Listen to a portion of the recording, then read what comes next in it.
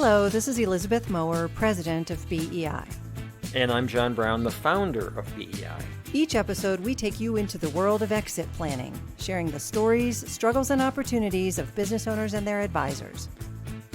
We'll get into this episode's conversation right after this.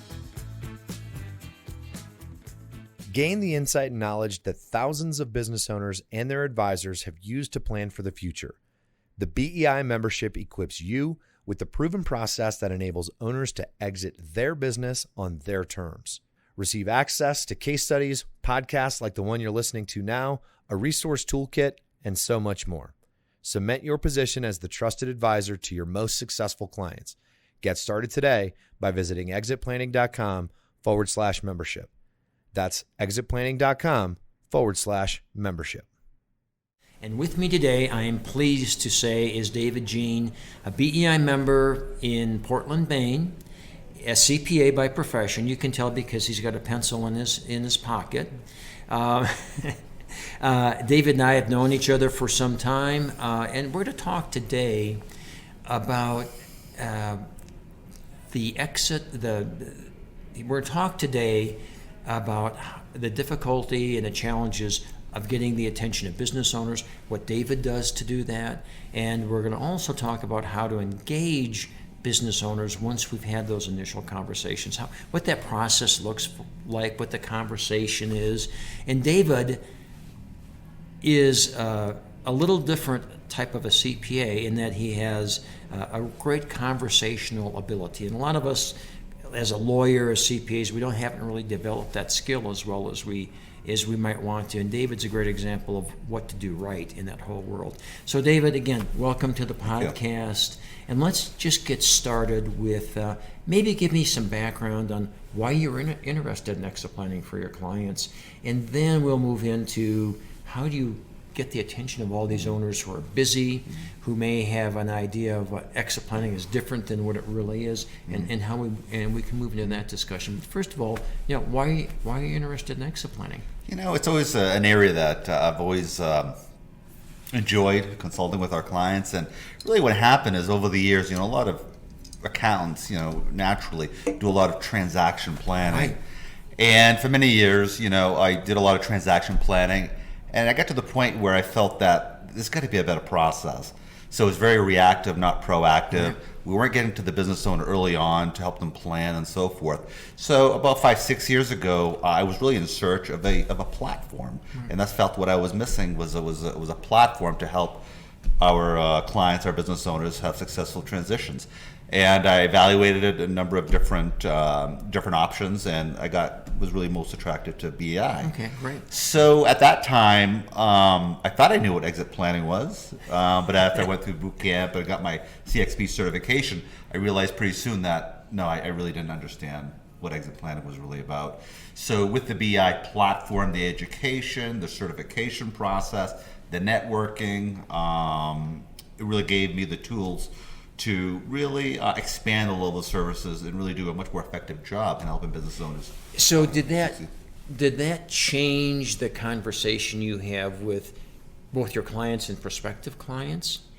It was a complete different approach, and the conversation was completely different. So instead of really focusing on the transaction, really focusing on what are your objectives? What are your financial as well as non-financial objectives are? So again, with a lot of the BI tools, a lot of the education and process, that the conversation was really quite different. So it's really understanding kind of big picture. Let's not get granular too quickly. Let's not talk about the mechanics of the transaction. Okay. That's we're a ways off from that. But really, what are your objectives and those sort of things? So if for example, it's a business owner that you haven't worked with before, not a client of your firms. What are the expectations in the owner's mind when they first start to talk to you? Are they coming in to specifically talk about exit planning, or are they coming in also as a potential client of your accounting firm, your CPA firm? Is there different conversations between the two of them? So I would say what we try to do when we have a prospect that I'm meeting with, what we do is we send them an assessment ahead of time. So really a preparedness or readiness assessment to see where they are in the exit planning process. Wow. And they do that ahead of time, then I like to review that ahead of time so I can kind of get a sense of where they're at. So when we meet, it's a much more sort of focused conversation in terms of, look, you've really done well in these certain areas in preparing, but there's some areas that, you either haven't considered or for whatever reason, you haven't thought through some of those issues. And those are issues that are important to the owner. He's or she has identified that in the assessment, right? And what's great about the assessment is this is not my words. This is not my self-assessment. This is your self-assessment. So this is where we're at. That's great. So I think it's a great place to start. So we always talk about exit planning in the context of being owner-centric. We're trying to find out what the owner wants and needs, and then to make certain through our planning process that he or she's able to achieve that. So you in a sense are starting right off the bat with helping the owner figure out and helping you understand what is concerning to the owner. Right. And we talk about pain points, and I always tell the owner, when we meet with me, on a piece of paper, I want a worry list. Give me a worry list and prioritize the worry list. So I know whether we're in the planning process, but what are some of the things that are really keeping them up at night? So I need a worry list. So is that list accounting worry list, tax worry list? It could be anything. It could be marketing, it could be sales, it could be personnel, it could be industry issues or whatever. What are the things that are keeping the owner up at night? And so I think that's really important to understand what the mindset of the owner is at that point in time. And the other thing too that I think is really important in the initial meeting, and you kind of already sort of alluded to it, is that I tell the business owner, this is not my plan. This is your plan. We're just a guide. So we're going to help you guide through the process, provide a lot of options, provide a lot of counseling, but at the end of the day, it's your plan. And I think what that it does is it really comforts the business owner knowing that I'm not there to tell them what to do, how to do it, what to do it, when to do it. It's their plan. So that, if I could, maybe I'm assuming too much here, but that approach is very different from the typical accounting approach, because you're telling the owner what he or she needs to do to save taxes, from a financial perspective. You're telling them what to do. Right. And in that relationship, they're expecting that. They're paying the CPA or the lawyer, when I was practiced as a lawyer, they're expecting advice from us and telling them what to do. In exit planning, we're totally turning the tables. Right. They're really helping, they're telling the story. Yeah. And through this process, obviously, it's, just to go back a little bit, is when I also talk to my clients that I'm agnostic. It doesn't matter if you liquidate, you sell to a third party, an inside party, a family transfer. For me, it doesn't matter. I'm agnostic. It's whatever makes most sense for them. So we start off with, as you know, so many doors. Then through the assessment process, through the discovery process, we start closing doors. So then we get more focus on really what the objectives of the owner is. So that's what BI process has really kind of helped. So I come in as a brand new client. You don't know much about me. You've got the assessment though, so what some of my concerns are. How long does this initial process last from first encounter to when you're going to be engaged and you're going to start to create the plan itself? Is that 1 or 2 meetings? Might it be more or less? I find probably, we have the introductory meeting. Usually it's, we talk about the 7-step process. So it is a lot of information to digest at one time. So typically what we do is we explain the process and so forth, and sometimes we'll kind of give a range of fees and so forth, expectations are. And very seldom, they say, well, let me sign the letter. Typically, it'll be usually another meeting after that, because at that point in time, they've thought about it. Now they've got more specific questions. So again, more granular in the process, the deliverables, the expectations. Then, they'll kind of bring other, concerns at the table. So usually maybe a second meeting Typically, at that point in time, they've got an idea. Do I move forward or not? So they're finding out about you. You're finding out about them. Correct. Seeing if there's a personality match, maybe for lack of a better term. Can I work with David Jean? Correct. Can I work with this client? Correct. And vice versa. Are they going to be a good client? I mean, is it someone that's got a lot of integrity? Do I feel that they're going to be receptive to ideas, suggestions? Are they committed to it? And that's one of the biggest challenges: getting the owner to finally get over that emotional hurdle of saying, "I'm finally ready." Yeah. If they're not ready, there is nothing I can do to help them. Right. And that's a critical piece. Yeah. And it's ready to plan with you and to open up to you about their concerns. Correct. Yeah, that's interesting. I'm going to switch topics a little bit. There are all of these owners out there that need to do exit planning. We know that. Yeah. They may not know that. They may not think they need to do planning. Right. How do you effectively reach out to them? I mean, how do you get your message across that they need to do planning and you can help them? What I try to do is I try to have them, vision for a moment what would happen if they weren't around tomorrow. So I ask them, walk me through. So, God forbid something happens to you tomorrow. What does this look like? Mm-hmm. Who's gonna manage the business? What is, does your spouse or your family want to be involved in the business? Who's going to make those decisions? How are you going to bring it to market? Are you going to continue to run it through what does it look like? So walk me through it and visualize it. And I think there they can start to get a sense of, geez, perhaps I'm not as prepared as I thought I was. Yeah. Then the other thing that we try to do is, talk to me about, when you do eventually sell, what does life look like after? What do you see yourself doing? And, but again, without that commitment to do the planning, it's really, I find the biggest challenge is getting business owners of that emotional hurdle. Is it difficult for you to attract owners, not from a client standpoint, but just to get their attention to come in and even start to talk about planning? Is that a hurdle, or is that something that is not as difficult for you to do as one might think? No, it is a challenge. We do a lot of marketing, we do a lot of business development activities to try to get, business owners at least thinking about it and try to get them in the office to have that conversation. Mm-hmm. But I don't think getting business owners to talk about it is particularly difficult. Getting business owners to take action, I find exponentially difficult. And we obviously don't use scare tactics and try to get them on the emotional trip, so to speak. Yeah. So we try to avoid that. But that's a challenge. It's interesting. Is to get them to take action, and they know they need to do it. Yeah. They recognize it. They recognize it. But how do you get them to take action? Yeah.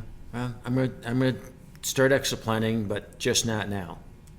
5 years from now, right? 5 years, yeah. It's a rolling 5-year period, and we see that all the time. And although there's sometimes I do find that if there's a major event, sometimes that will sort of expedite the process. And had a situation with a client last year. They had a grandchild. That grandchild was out of state. And he said to me, geez, I want to spend more time with the grandchild and that sort of stuff. Maybe I need to really, start thinking about it. So sometimes it's a triggering event. And so that triggered him to want to do some planning to maybe develop a management team so he didn't have to be there, or was it? Yeah, I mean, he's got a strong management team, and it's just a matter of him sort of leverage a lot of his roles and responsibilities, transfer a little more ownership, get them a little more vested. So he was in a fortunate position where he did have a good management team. He had a successful business. It's just him not wanting to let go a little bit. And now getting a little more pressure, particularly from the spouse, to spend more time with the grandchild. It was a life-changing event. That's interesting. Yeah, that's a hadn't never given that enough thought. That's really interesting thought. One thing I've noticed, because I was out in Portland and you and I gave a talk to a bunch of business owners that you organized like on very short notice. I was like 3 or 4 weeks, I think, wasn't it? It was very quick. And there were 50 or 60 owners in the audience. Exactly. How did you do that? Because I don't know of any of our other members who have done something that fast and got that kind of a result. Well, a lot of the invite materials, BI had provided, so we just rebranded it. So that was a fairly quick turnaround. You provided us with a sort of a presentation template that we were able to, we did, collectively, we modified a little bit. And we made some, minor changes to it. So I didn't have to reinvent the wheel there. We have a pretty strong CRM system, so we did have a lot of names in the database already. We used the BI newsletter. We've got about 1,200 names on that. So you sent that out quickly. It went off pretty quick. Yeah. The other thing is that we had invited a couple of sponsors to help participate in the event, and they also, reached out to their prospects and clients as well. So they helped support the event. Quite honestly, if we had more lead time, I bet we could have gotten to 100. I firmly believe that. Yeah. If we had more of a drip campaign and we did some advertising and those sort of things. But again, because of time limitation. Now, have relationships developed as a result of that single event that you probably followed up with people? Did anything ever transpire either with the owners that attended or with the advisors you were working with to get the event organized? Yeah, I'm trying to remember. I think I had 2-3 follow-up meetings with other advisors, primarily financial advisors. I believe there might have been an attorney that I might have followed up with. So, we did, solidify some relationships there, and those we continue to groom, so to speak. So that was valuable. I didn't get any, immediate engagements at that time. Which would be typical. You ordinarily wouldn't. But as time goes on, there have been a couple of actual engagements that we've been involved in. One of them was a sale to a private equity group that was a fairly large transaction. Yeah, that'd be great. And that was great. And we're currently working on some other projects that are, more specific projects that hopefully will translate into more, comprehensive exit plans. Yeah. So sometimes, prospects or new relationships, kind of want to test drive the car before they buy. Have you done follow-up seminars that you've given yourself or in conjunction with other advisors? Yes. So I try to do at least a couple of a year. Sometimes it's sponsored by our firm, or other times, like I've had a couple of banks that have asked me to come in for a dinner speak. Yeah. And those have worked really quite well. I just show up. And just be yourself, right? I just be myself, and those have been very, very effective. I've also been involved in a number of presentations in conjunction with an association meeting. So you've already got a standing room, and those work extremely well. Because again, there's very little work on my part. They've already got a standing room because it's usually a conference for the day, and I found those to be very effective as well. Yeah, so those are, I guess in my world, our world, speaking, writing, are all ways to get the attention of owners that who you don't know yet. They're just coming in to listen to you about exit planning, and then as you said, you've developed business from that, and it probably continues to come in. Yeah, in fact, this past year, actually come springtime, I was really quite fortunate. We do a lot of networking, article writing. So we're starting to get a reputation in the local community. In Maine, we have a very sort of the largest business publication reached out to me to be part of an interview. So they had a special edition on sort of businesses succession planning. Wow. So it worked out because not only was I quoted, I had a picture and a bio that was in place, but they also asked me, is there somebody that I worked with that could also be interviewed that I did an exit plan for? I said, matter of fact, I do, which was a very large, reputable construction company. And the contractor was interviewed, quoted, and also quoted me in the article. Yeah. I got about 4 or 5 calls for exit planning and succession planning consulting services. So that was, you can't beat that sort of advertising. So, part of what we try to do at BEI for our members is to make them visible as experts in exit planning. Right. And that's there's a great marketing organization called Hinge Marketing. that's a lot. They do a lot of that type of work. So it's what we're trying to do is to give advisors the tools to become that expert. Right. And you've used those tools, Right. and you're the expert in that part of Maine, if not farther, Right. in exit planning. Right. And I think And that's priceless. Yeah, and I think with BI, I think with a lot of the market materials, I think I got ahead of the curve. So right now we're seeing other advisors trying to brand themselves as exit planning experts. So I think we kind of got to the market maybe a little ahead of the curve. So I think that's been helpful. Yeah. I think it's been helpful as well. Excellent. What else do you want to talk about? Anything you want to suggest to owners or to advisors about this whole planning world? Just the importance of such the importance of planning, how important it is, and even taking sort of you call them baby steps, so to speak, trying to get the process going. And sometimes with business owners, they're sort of intimidated by putting together a long-term comprehensive exit plan.